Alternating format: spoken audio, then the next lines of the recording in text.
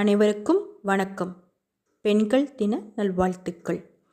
ஏன் women's day celebrate பண்ணுறோம்னு நம்மள பாதி பேருக்கு தெரியாது. அதற்கான விளக்கத்தை இப்போ நான் உங்களுக்கு சொல்கிறேன்.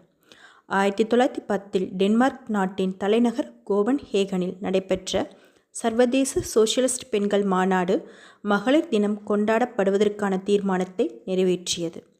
அனைத்து தேசிய இனங்களையும் சார்ந்த சோஷலிஸ்ட் பெண்கள் ஒரு தனிச்சிறப்புள்ள தினமாக மகளிர் தினத்தை கடைபிடிக்க வேண்டும். சமூக பிரச்சினைகள் பற்றிய சோஷலிஸ்ட் கண்ணோட்டத்துடன் பெண்கள் பிரச்சினை அனைத்துடனும் வாக்குரிமை கோரிக்கையை இணைந்து விவாதிக்க வேண்டும் என்கிற அந்த தீர்மானம் நிறைவேற்றப்பட்டதுடன் சர்வதேச மகளிர் நாள் உருவாக காரணமாக அமைந்தது. அந்த மாநாட்டுக்கு தலைமை வகித்த மகளிர் நாள் தீர்மானத்தை முன்மொழிந்தவர் கம்யூனிஸ்ட் தலைவர் கிளாரா ஜெட்கின். இந்த மாநாட்டில் மகளிர் நாளுக்கான தேதி இறுதி செய்யப்படவில்லை.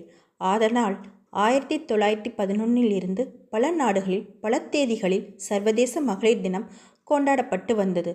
ரஷ்யாவில் ஜார் மன்னரின் ஆட்சிக்கு எதிராக 1917 நவம்பர் 7 அன்று லெனின் தலைமையில் புரட்சி நடந்தது. அதற்கு முன்னோடியாக அந்த ஆண்டு மார்ச் 8 அன்று பெண் தொழிலாளர்களின் புரட்சி தொடங்கியது. இதில் ஆண் தொழிலாளர்களும் கலந்து கொண்டனர்.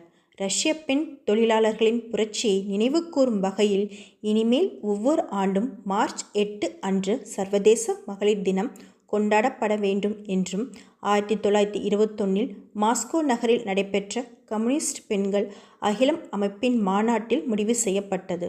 அதிலிருந்து தான் உலகம் முழுவதும் ஒவ்வொரு ஆண்டும் மார்ச் 8 அன்று சர்வதேச உழைக்கும் பெண்கள் நாளாக கொண்டாடப்பட்டு வருகிறது. சர்வாதிகார அரசுக்கு எதிராக தமது உரிமைகளை மீட்பதற்கான உழைக்கும் பெண்களின் புரட்சியை நினைவு கூறுவதற்காக உருவானதுதான் சர்வதேச உழைக்கும் மகளிர் நாள் என்பது இதன் மூலம் தெளிவாகிறது. உழைக்கும் பெண்களின் உரிமைகளை உறுதி செய்வதும் அனைத்து பணிகளிலும் அனைத்து நிலைகளிலும் பாலின சமத்துவத்தை உறுதி செய்வதும் தான் சர்வதேச மகளிர் நாள் கொண்டாட்டங்களுக்கு அர்த்தம் சேர்க்கும். இந்த ஆண்டு சர்வதேச மகளிர் தினத்துக்கான கருப்பொருள் உரிமைகள், சமத்துவம், அதிகாரம் அளித்தல். The theme for the International Women's Day: Right, Equality, Empowerment.